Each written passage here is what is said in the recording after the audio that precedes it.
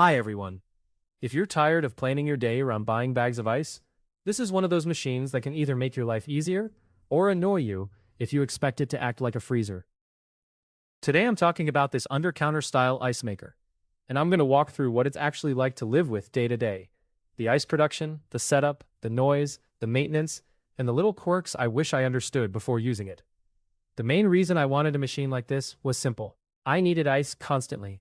Coolers for work, drinks outside, fishing trips, family get-togethers, and those random weekends where the fridge ice maker just cannot keep up.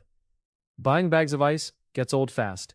You have to remember to stock, you need freezer space to store it, and if you're filling a work cooler or boat cooler often, it turns into a regular expense. This machine is more of a practical workhorse ice maker than a fancy showpiece. Visually, it has that compact commercial look with a front grille, a top and back that feel like thin metal, and plastic sides and door. The plastic is fairly heavy, but I personally wouldn't put it somewhere it's going to get banged around all day. It feels fine for a garage, utility room, pantry area, basement bar, or a vacation home setup, but not something I'd want in a heavy abuse corner where people are throwing tools around it. Setup is pretty straightforward, but you do need to think about water and drainage. This is not like a tiny countertop unit where you just pour water in and walk away. I ran mine with a water filter feeding into it, and that has been a good move. The machine also needs somewhere for water to drain, because the bin is not a freezer and the ice will slowly melt. In a garage or utility room, that may be simple. In another space, you may need to run a drain line or use a condensate pump.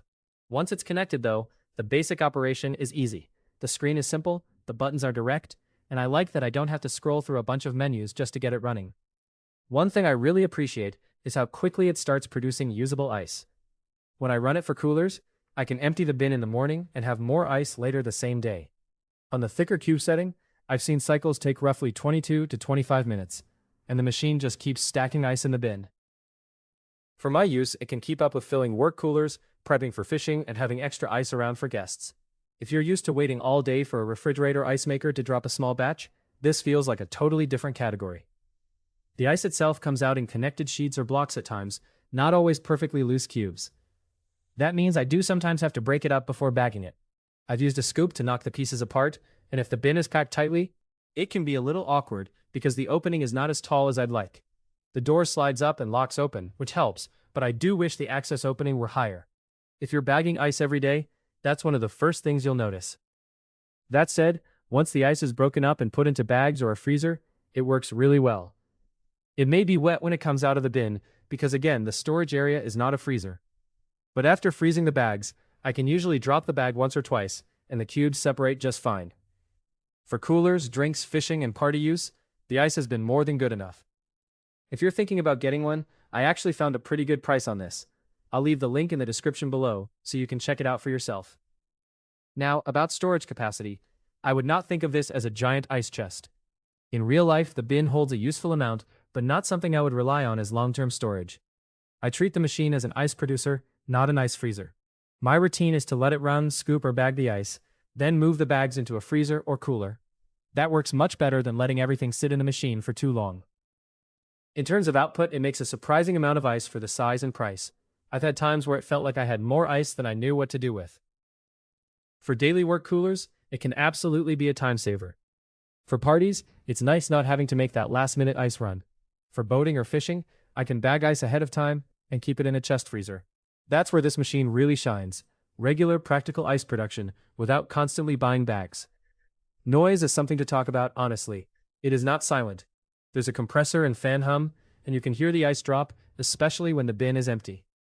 In a garage, basement utility room, pantry, or golf cart garage, I don't find it a big deal. In a main living room or quiet kitchen where you spend a lot of time, I probably wouldn't want it running right next to me. The fan speed can vary, and occasionally it may sound a little dramatic. But in my experience, it just keeps working. If there's a bedroom next to the garage or utility space, the noise may not be noticeable through the wall, but in the same room, you'll hear it. It also produces heat. That's normal for this kind of machine, but it's worth planning for. In a small enclosed utility room, it can make the space noticeably warmer. Mine has had no trouble making ice in a warm garage, but I would still give it breathing room and not cram it into a sealed closet. Maintenance is probably the biggest thing that decides whether you'll be happy with it long term. You can't ignore it. These machines need cleaning. Hard water scale, moisture, and the ice bin environment can get nasty if you let it go too long.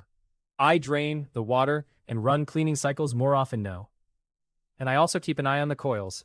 A vinegar spray and rinse can help keep the inside fresh, depending on how you're set up. I'd say cleaning every few weeks is a realistic habit if you use it heavily. I've also had the occasional need to reset the machine.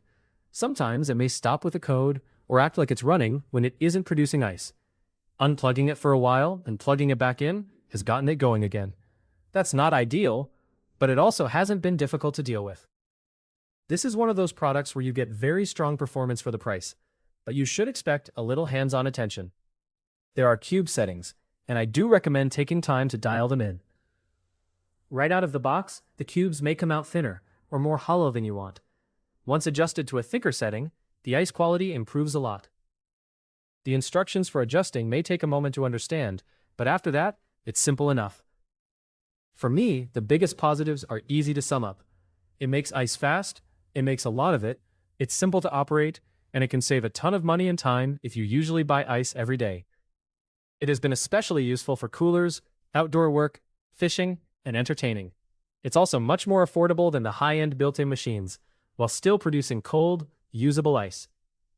The downsides are also clear. It needs a drain. It does not store ice like a freezer. It can be noisy in the same room. It gives off heat. The bin opening could be taller, and you may need to break up sheets of ice before bagging. You also need to clean it regularly and be prepared for an occasional reset. Overall, I see this as a really good value ice maker for someone who actually needs a steady supply of ice and has the right place to put it. If you expect a silent, luxury built-in unit with perfect fit and finish, this probably isn't that. But if you want a dependable machine for a garage, utility room, basement, vacation home, or cooler filling setup, it makes a lot of sense. For my use, the convenience has been worth it. I no longer feel like I'm constantly running out for ice, and when I need to fill coolers or prep for guests, I can just let the machine do its job. It has a few quirks, but they're manageable as long as you know about them before buying. If you have any questions about this product, feel free to leave them in the comments below. Thanks for watching, guys, and have a great day.